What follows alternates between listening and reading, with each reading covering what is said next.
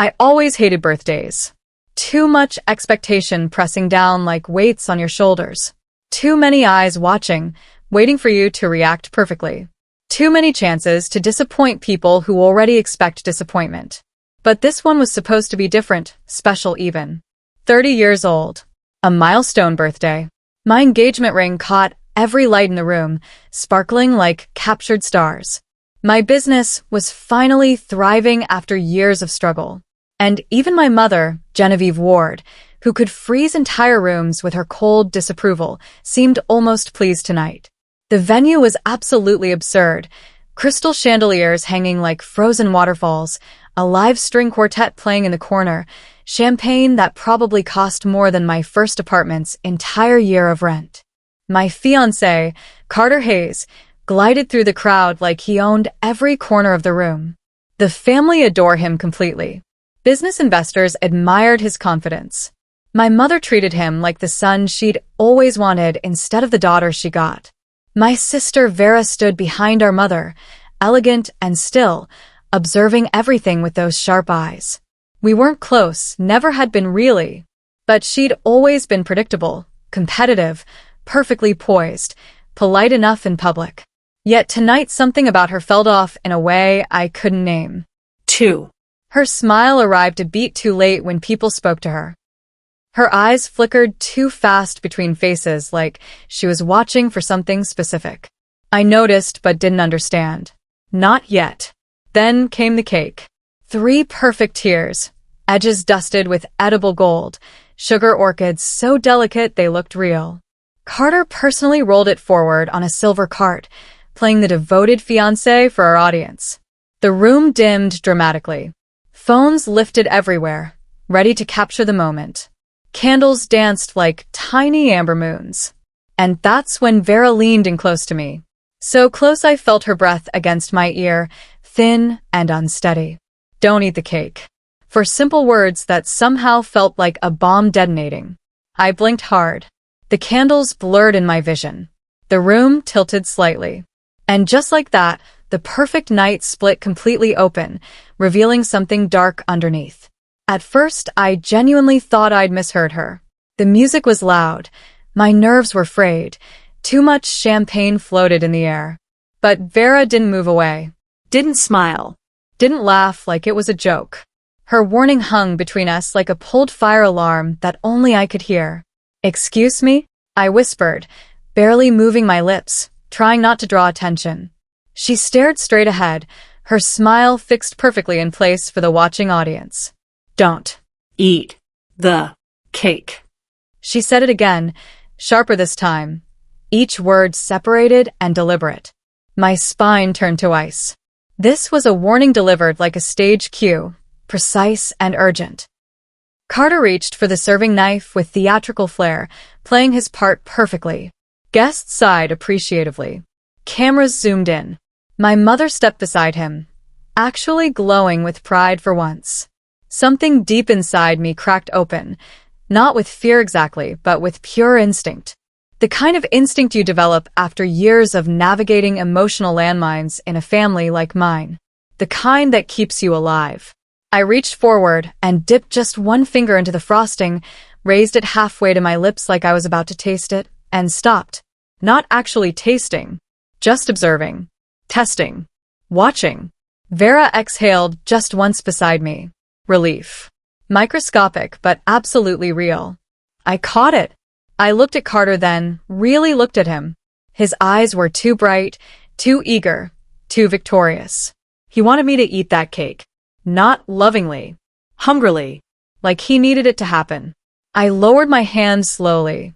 The room didn't know it yet, but the story was no longer theirs to control. With the cake still untouched, I laughed lightly and blamed nerves and too much excitement, buying myself precious seconds to think.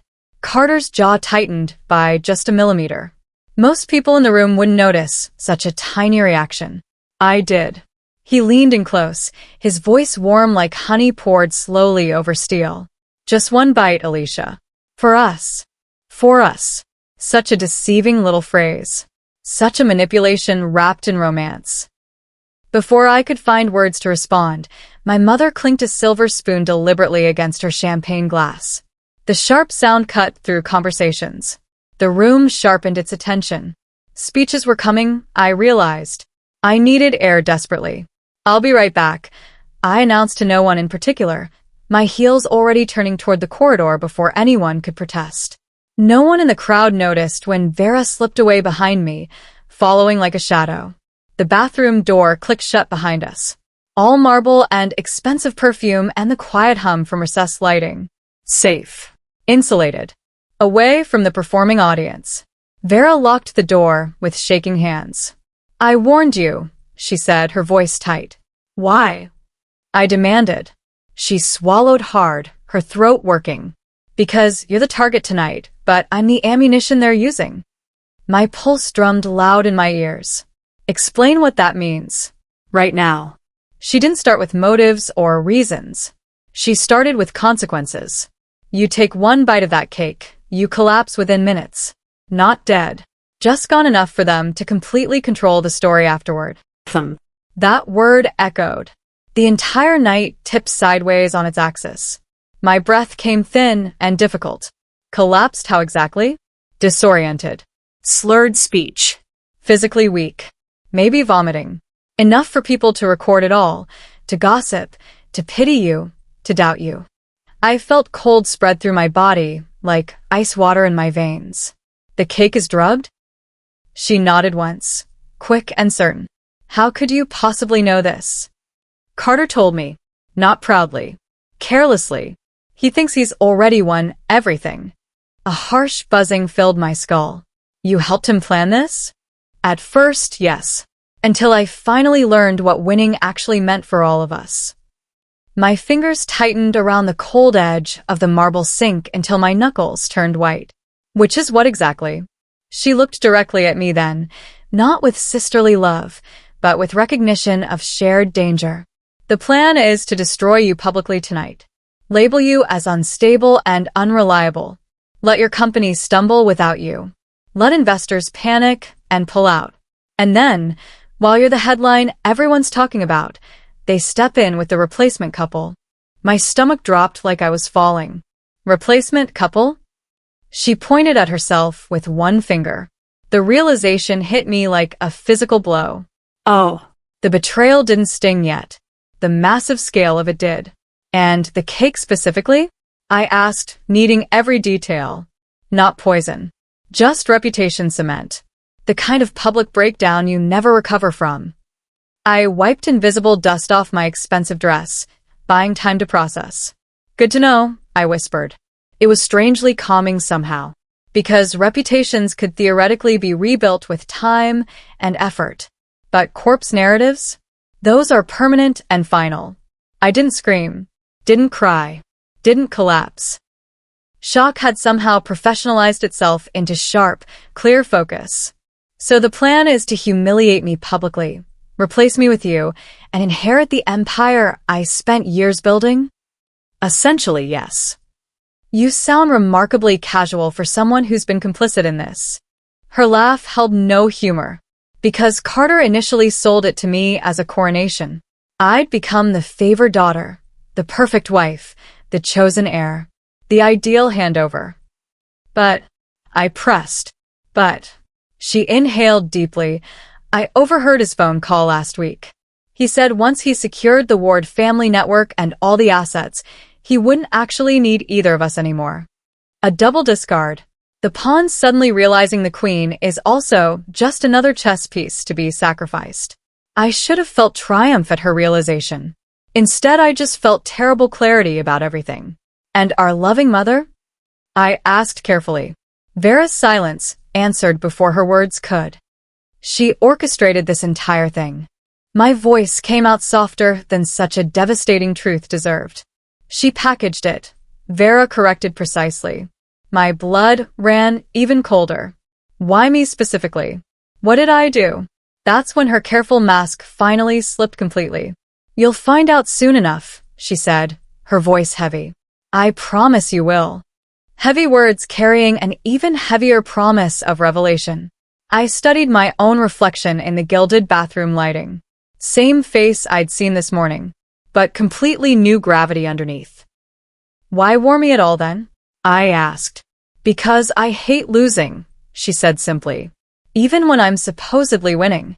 A confession dripping in brutal honesty I hadn't expected. And if I walk back out there right now? I asked. You smile. You survive the next hour. You pretend nothing cracked open tonight. Then later you plan. She opened the bathroom door, and cool air rushed in like reality, finally exhaling. I stepped forward to leave, then paused. Vera, why does she hate me so much? I didn't need to specify who she meant. Not hate exactly, Vera said carefully. Displacement. My brow creased in confusion. She never saw you as competition. She saw you as evidence. My heart thudded slow and heavy. Evidence of what? That love in this family wasn't reserved exclusively for her bloodline alone. The words landed too cleanly to be random, too precise to be accidental. Something ancient, structural, generational, stirred uncomfortably under my ribs. I walked back into the ballroom knowing one crucial thing. The truth wasn't just coming eventually. It had already arrived and was waiting. The room greeted me with warm applause, champagne toasts, complete oblivion to any fracture. They saw celebration, not seismic shift. Carter met me halfway across the floor. His palm found the curve of my lower back, possessive, practiced, proprietary. You okay? He murmured with false concern. I smiled like a bride, soft and trusting on the surface, sharp as a weapon underneath. Never better. He bought it instantly, completely. Men like Carter always believe the mask they personally designed for you. The candles burned shorter. Expectation grew taller. Everyone wanted the perfect moment televised, digested, shared across social media. This was the first twist I controlled. I reached deliberately for champagne instead of cake. One more toast before we slice, I announced to the room. Confusion rippled through guests. Minor. Harmless. Just a small deviation in the schedule. Nothing suspicious. Except to Carter. His perfect smile twitched like a mislabeled emotion trying to break free. He wanted carefully planned scenes. I was offering improvised sparkle. I looked straight at the crowd of family and friends and raised my glass high. To family, I said clearly, the greatest story we ever inherit. No one in that room understood the obituary hidden carefully in that line. But they felt its weight somehow. They felt something shift. People love captured moments. They don't question them. They just record them eagerly. I'd once planned an event for a billionaire who told me, whoever controls the footage controls the truth completely. I never expected to apply that lesson to my own life. I subtly signaled our band with a small gesture. They shifted tempo immediately.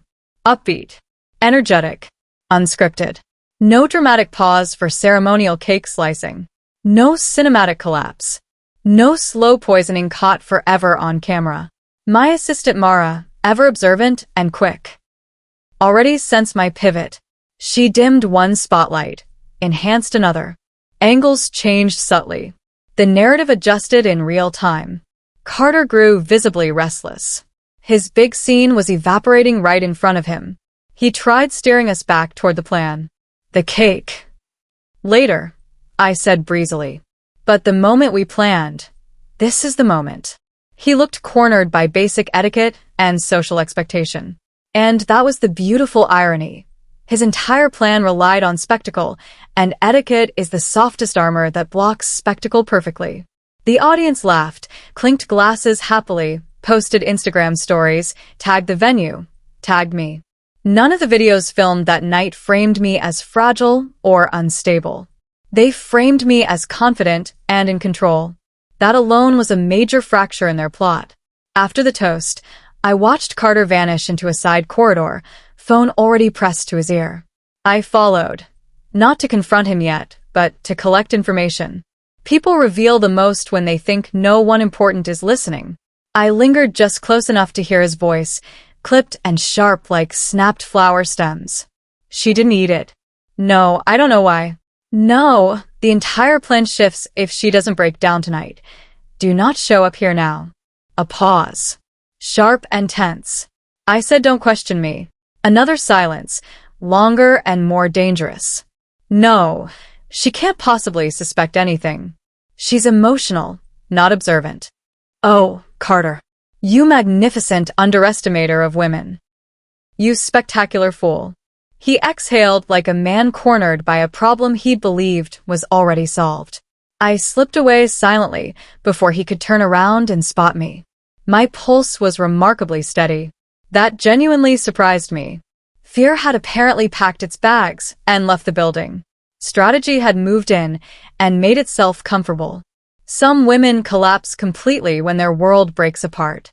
Some sweep up the shards carefully and build themselves a throne. I was mentally measuring marble and planning construction. My father used to say something I never understood until tonight.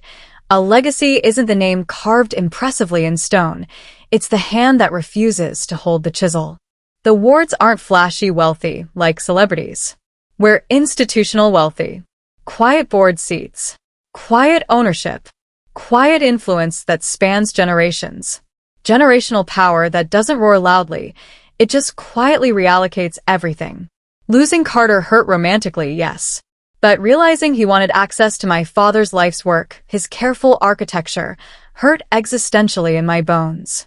But the most unexpected ache? I wasn't mourning the relationship itself.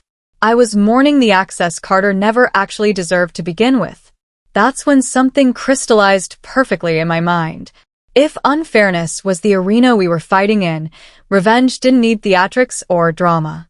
It needed careful documentation, receipts saved and organized, and perfect timing. This night wasn't the explosion. It was just the spark. Later, I found Vera on a balcony far from the chandeliers, her toes teetering near some emotional edge. You're very quiet, I observed. You're calculating, she replied. Two truths. No hostility between them. You warned me. I acknowledged carefully. Don't romanticize it.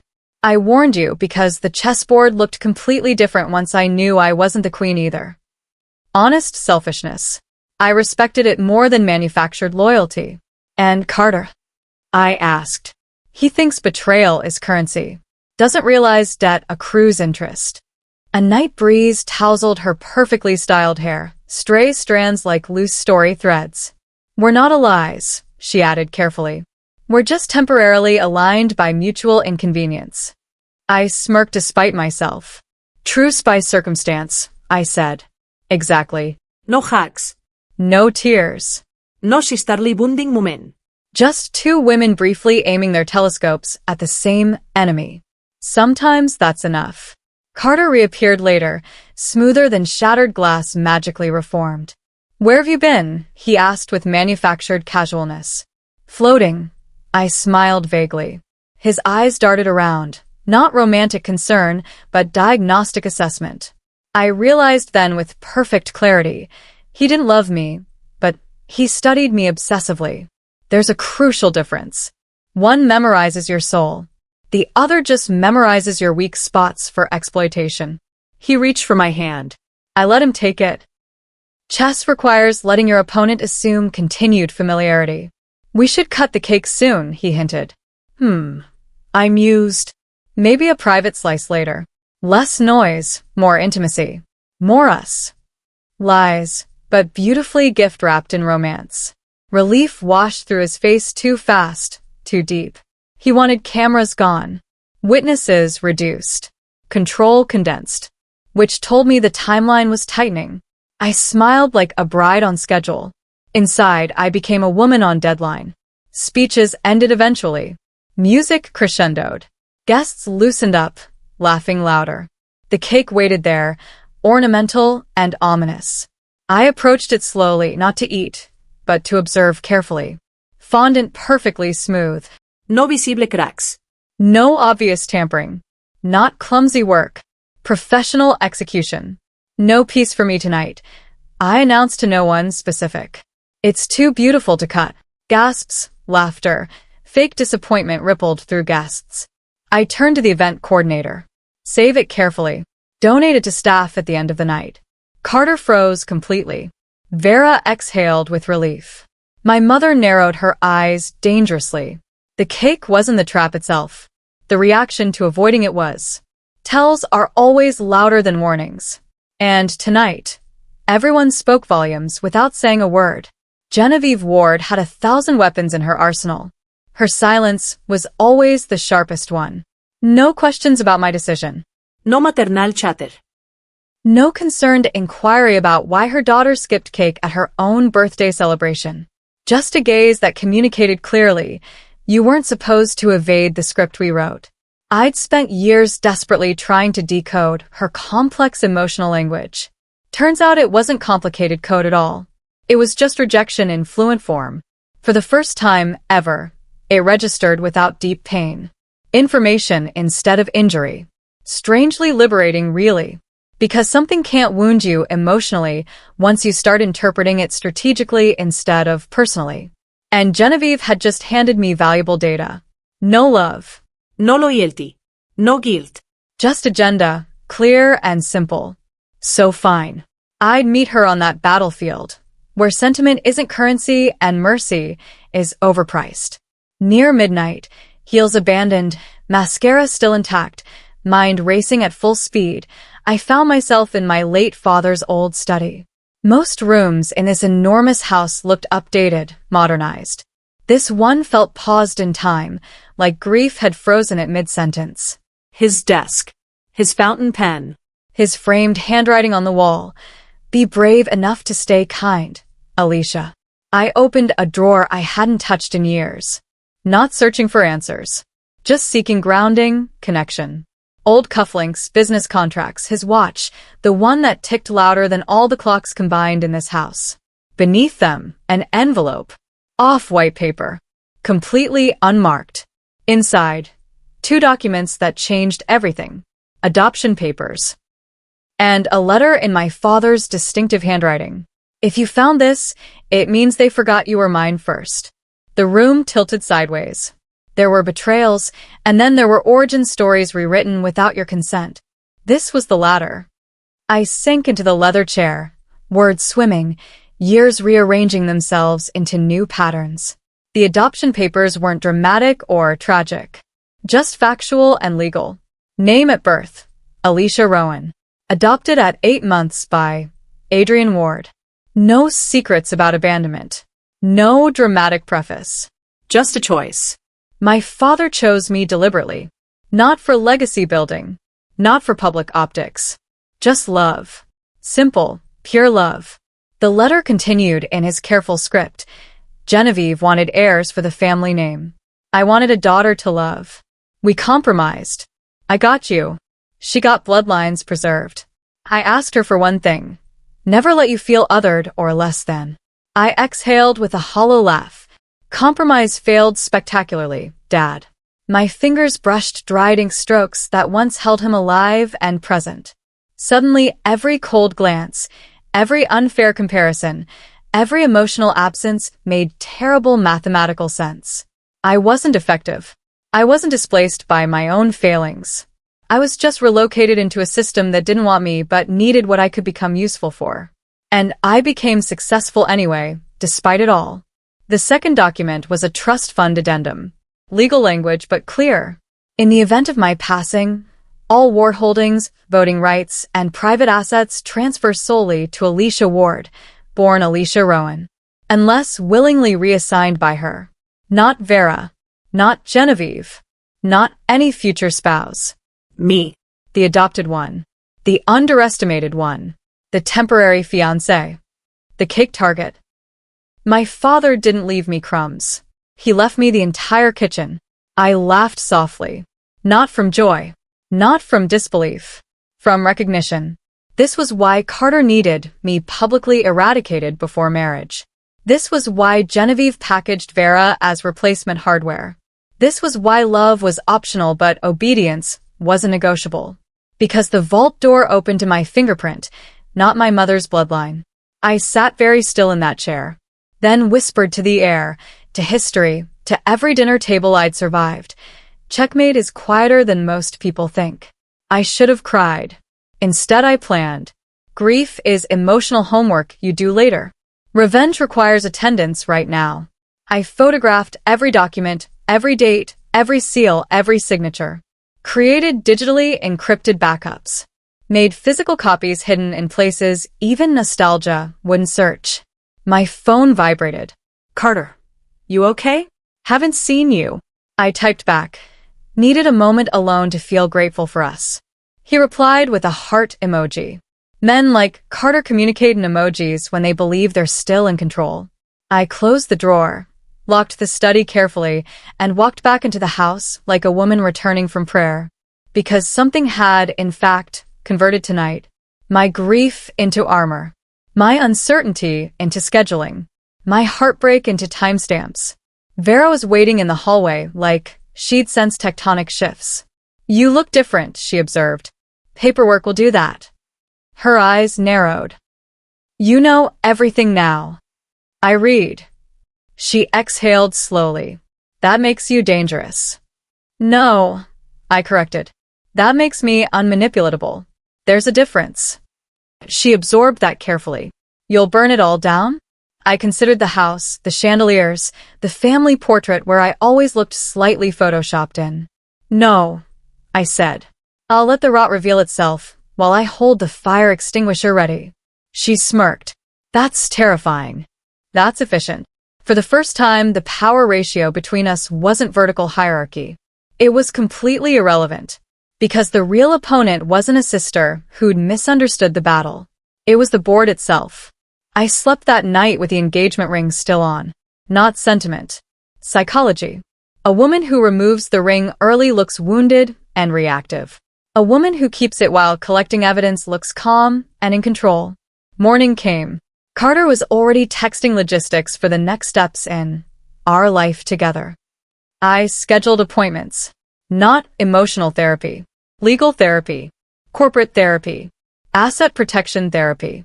The kind with NDAs and substantial retainers. My first appointment wasn't with a lawyer. It was with a forensic financial consultant who specialized in corporate fraud. If Carter wanted the Ward vault, I'd audit his basement first. Some wars are won by resistance. Others are won by excavation. I grabbed my coffee, inhaled secrets and caffeine, and prepared to dig deep. Turns out Carter wasn't after legacy because he was ambitious. He was after rescue because he was drowning. The consultant showed me logged transactions, unreported trades, offshore accounts leaking like punctured lungs, gambling anomalies routed through shell advisory companies, debt not just big, immeasurable. He wasn't marrying into wealth. He was escaping into it. One catastrophic margin call away from public ruin. No wonder the humiliation had to be mine, not his. The cake wasn't dessert. It was smoke. I leaned back in the consultant's leather chair. So, I said, he doesn't need a wife. He needs a fall guy. The consultant nodded. Or fall girl. I smiled slowly. Well, I said, someone's about to disappoint him severely. I didn't break the engagement immediately. I expanded the guest list. Nothing destabilizes fraud like witnesses. Brunch with financiers. Charity panels. Public appearances. Media interviews. Charity galas where transparency is the unspoken dress code. Every event tightened his leash and widened the spotlight. Carter grew pale, then sharp, then paranoid. You're enjoying the attention a bit much, don't you think? He snapped one night. I stirred honey into tea without looking up. I'm portion controlling my joy. He didn't laugh. A guilty man hates unscheduled audiences. I scheduled more.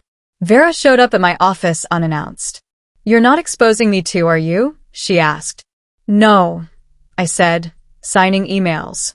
You exposed yourself when you warned me. She swallowed. Does that make us something now?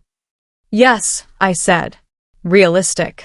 She exhaled a laugh. Good. I hate sentimental arcs. Same. Two sisters raised to compete, finally aligned by consequence, not affection. Progress disguised as pragmatism. I never dramatically ended it. No confrontation scene, no screaming, no throne ring. Just a press release. Elysia Ward and Carter Hayes have mutually agreed to dissolve their engagement and pursue individual futures. Then, 3 hours later, A regulatory inquiry into Hayes' financial advisory was anonymously submitted with extensive attachments. Precise. Bloodless. Irreversible. Carter called 37 times. I answered 0. Silence is a very loud finale. People didn't talk about a scandal. They talked about a phoenix. Not the cake. Not my collapse. Not a betrayal. They talked about my composure, my empire, my elegance under pressure. Carter lost everything he tried to steal. Genevieve lost the narrative she thought she controlled. Vera lost a fantasy, but gained a dimension. And me? I didn't lose a family.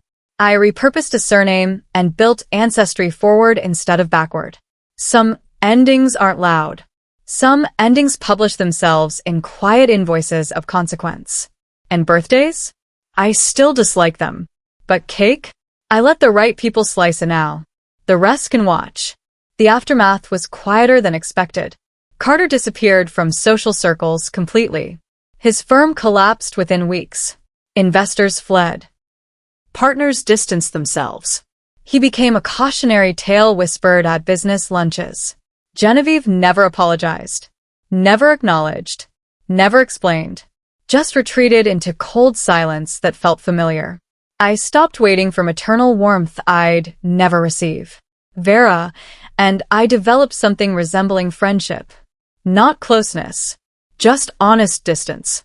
We had coffee, sometimes. Talked about business, never feelings. It worked for us.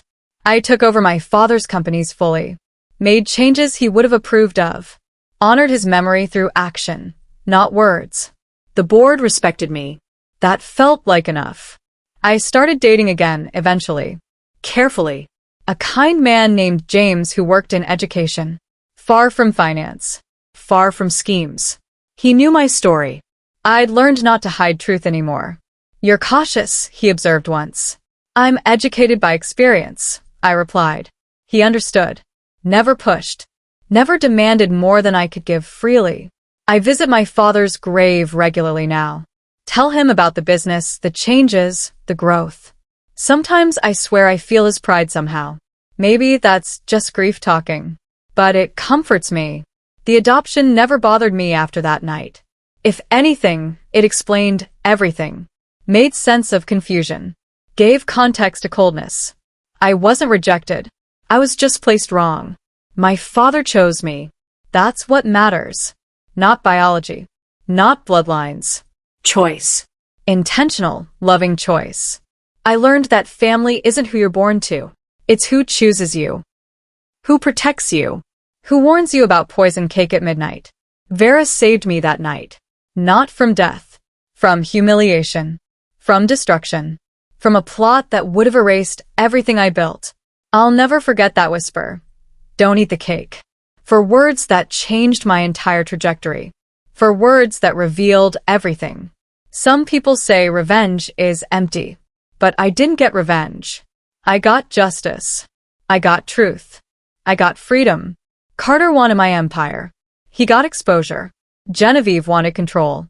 She got distance. Vera wanted recognition. She got respect. And I wanted to understand why I always felt other. I got my answer.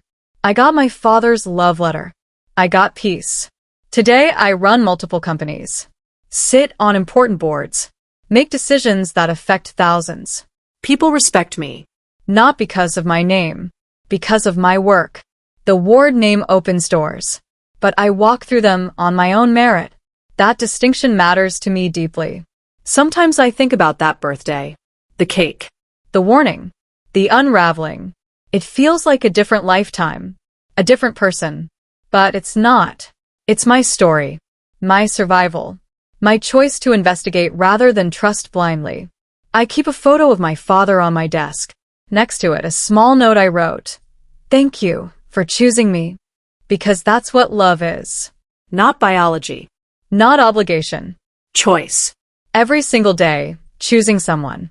Protecting them. Warning them about danger. Vera chose to warn me despite the cost. My father chose to adopt me despite pressure. James chooses me despite my walls. And I choose myself every day. Choose strength over victimhood. Choose truth over comfortable lies. Choose building over burning. The cake sits in my memory like a metaphor. Beautiful on the outside, poisoned within.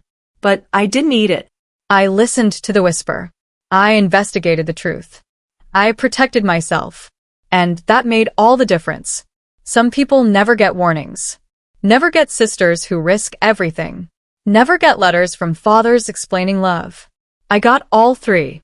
So, when people ask if I'm angry about what happened, I tell them the truth. I'm grateful. Grateful for the warning. Grateful for the truth. Grateful I survived. My world didn't fall apart that night. It fell into place.